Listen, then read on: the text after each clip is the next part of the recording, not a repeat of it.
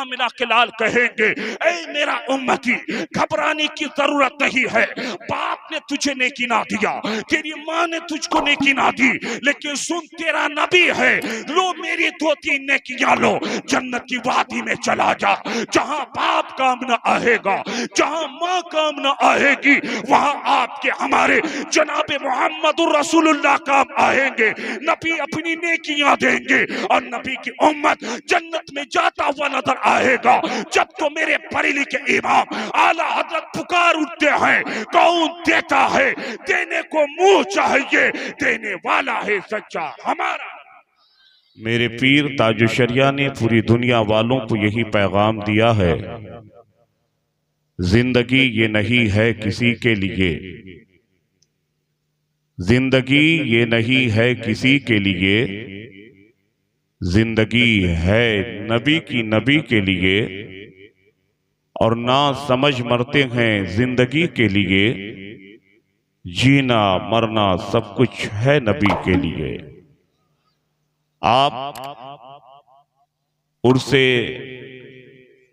اولیاء کرام یا عرص فیضان اولیاء کرام منعقد آپ نے کیا ہے۔ شاعر کہتا ہے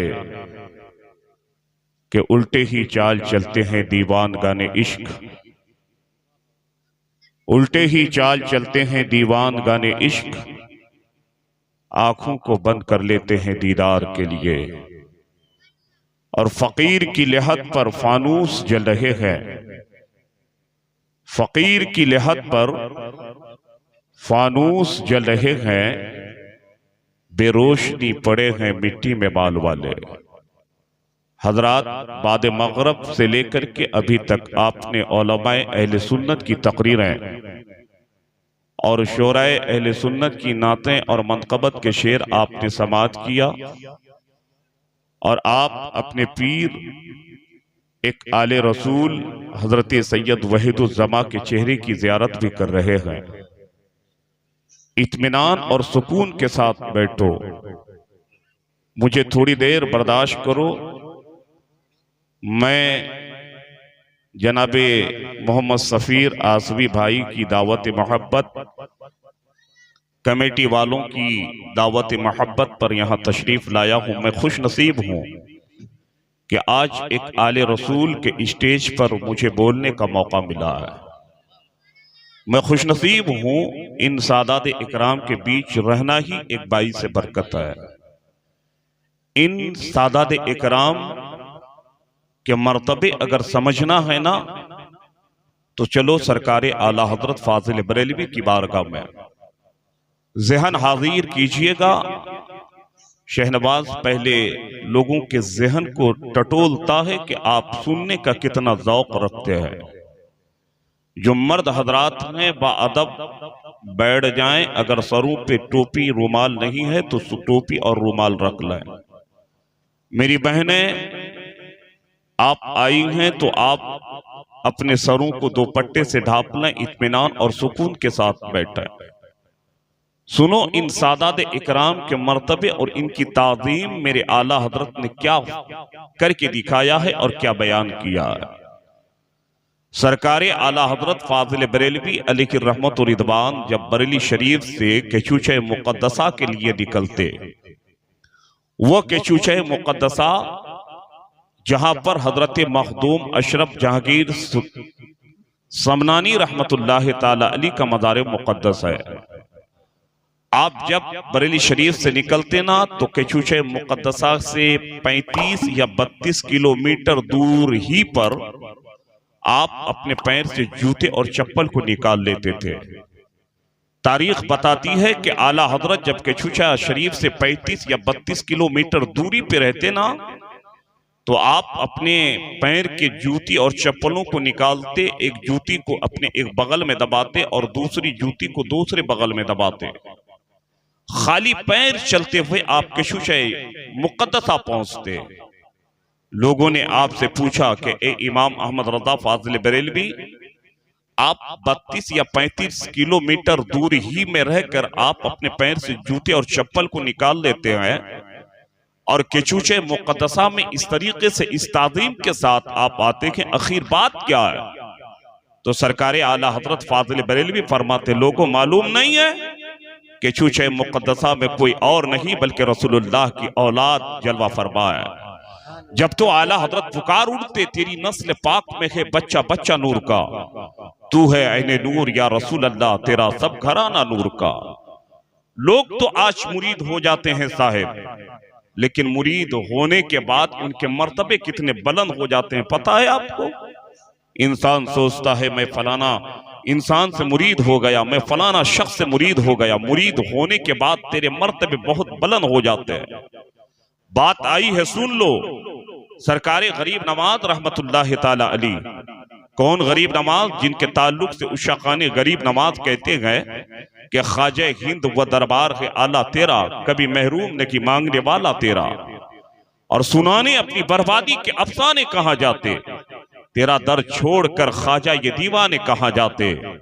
سرکار غریب نواز رحمت اللہ تعالی علی اگر کسی کی میت میں پہنچتے، کسی کی جنازے میں پہنچتے نا، تو آپ جنازے کی نماز پڑھنے کے بعد قبر میں مٹی ڈالنے کے بعد کافی دیر تک آپ قبر پہ کھڑے رہتے۔ بات سمجھ میں آ رہی ہے؟ تو بات سمجھ میں آ رہی ہے تو ہاتھ کو اٹھاؤ کہہ دو یا رسول اللہ۔ یا رسول اللہ۔ سرکار غریب نواز رحمت اللہ تعالی علی روزانہ، اور آپ کی یہ عادت، آپ کا یہ معمول تھا کہ آپ قبر میں مٹی ڈالنے کے بعد قبر پہ کافی دیر تک کھڑے رہتے تھے۔ ایک مرتبہ آپ قبر پہ کھڑے ہیں مٹی ڈالنے کے بعد، لوگوں نے دیکھا کہ سرکار غریب نواز رحمت اللہ تعالی علی قبر پر کھڑے ہو کر مسکرا رہے ہیں۔ سرکار غریب نواز قبر پہ کھڑے ہو کر کے ہنس رہے ہیں۔ جب سرکار غریب نواز قبرستان سے باہر آ گئے نا، تو لوگوں نے آپ سے پوچھا اے غریب نواز، آپ کا یہ معمول، آپ کی یہ عادت ہے کہ آپ قبر پہ کافی دیر تک مٹی ڈالنے کے بعد کھڑے رہتے ہیں، لیکن ہم نے کبھی آپ کو ہنستے ہوئے نہیں دیکھا، کبھی ہم نے آپ کو مسکراتے ہوئے نہیں دیکھا، لیکن اے غریب نواز کیا بات ہے، آج ہم نے آپ کو ہنستے ہوئے قبر پہ دیکھا ہے، آج ہم نے آپ کو قبر پہ کھڑے ہو کر مسکراتے ہوئے دیکھا ہے، معاملہ کیا ہے؟ سرکار غریب نواز کہتے ہیں سنو، جس شخص کی جنازے کی نماز ہم لوگوں نے پڑھی نا، جس شخص کی قبر پہ ہم لوگوں نے مٹی ڈالی نا، وہ شخص کسی اور کا نہیں بلکہ میرے پیر و مرشد حضرت خواجہ عثمان ہارونی کا مرید ہے۔ اللہ اکبر۔ سرکار غریب نواز کہتے ہیں میں اس لیے ہنس رہا تھا کیونکہ جب قبر میں نکرین اس سے سوال کر رہے تھے تو میرے پیر و مرشد کا مرید حضرت خواجہ عثمان ہارونی کا مرید نکرین کے سوال کا جواب نہیں دے پائے، تو میں نے دیکھا کہ میرے پیر و مرشد حضرت خواجہ عثمان ہارونی اپنے ہاتھ میں ایک ڈنڈا لے کر ٹہلتے ہوئے آ رہے ہیں اور نکرین سے کہہ رہے ہیں اے نکرین سنو سنو، یہ میرا مرید ہے، تمہارے سوال کا جواب نہیں دے پایا تو کیا ہوا، میں تو اس کا پیر ہوں۔ اللہ اکبر۔ سرکار غریب نواز کہتے ہیں جب حضرت خواجہ عثمان ہارونی نے نکرین سے اتنا کہا اے نکرین سن، یہ میرا مرید ہے، تمہارے سوال کا جواب نہیں دے پایا تو کیا ہوا، یہ تو میرا مرید ہے۔ حضرت غریب نواز کہتے ہیں جب میرے پیر نے اتنا کہا تو رب کی بارگاہ سے آواز آئی اے نکرین سنو، میرا یہ بندہ تمہارے سوال کا جواب نہیں دے پایا تو کیا ہوا، لیکن میرا محبوب بندہ خواجہ عثمان ہارونی کا مرید ہے، میں نے اس کے تمام گناہوں کو معاف فرما دیا، میں نے اس کی مغفرت فرما دی۔ نعرہ رسالت، نعرہ حیدری۔ بات سمجھ میں آ رہی ہے؟ سمجھنے کا تھوڑا غور سے سنیں کیونکہ یہ ماحول بنگلہ ماحول ہے، میرا جو بولنے کا طریقہ ہے وہ طریقہ میں دیکھوں گا اگر اس طریقے سے آپ سمجھ پاتے ہیں، اس لیے اے لوگوں مرید اگر آپ ہو جائیں نا تو آپ اپنے آپ کو کم نہ سمجھیں، اپنے پیر سے آپ بے پناہ محبت کیا کریں۔ امام غزالی رحمت اللہ تعالی علی اپنی کتاب میں فرماتے ہیں کہ جب تم کسی سے مرید ہو جاؤ نا تو اپنے پیر سے بے پناہ محبت کرو، اپنے پیر سے بے پناہ انسیت رکھا کرو۔ حضرت امام غزالی سے لوگوں نے کہا تھا حضور اگر مرید پیر سے بے پناہ محبت کرے تو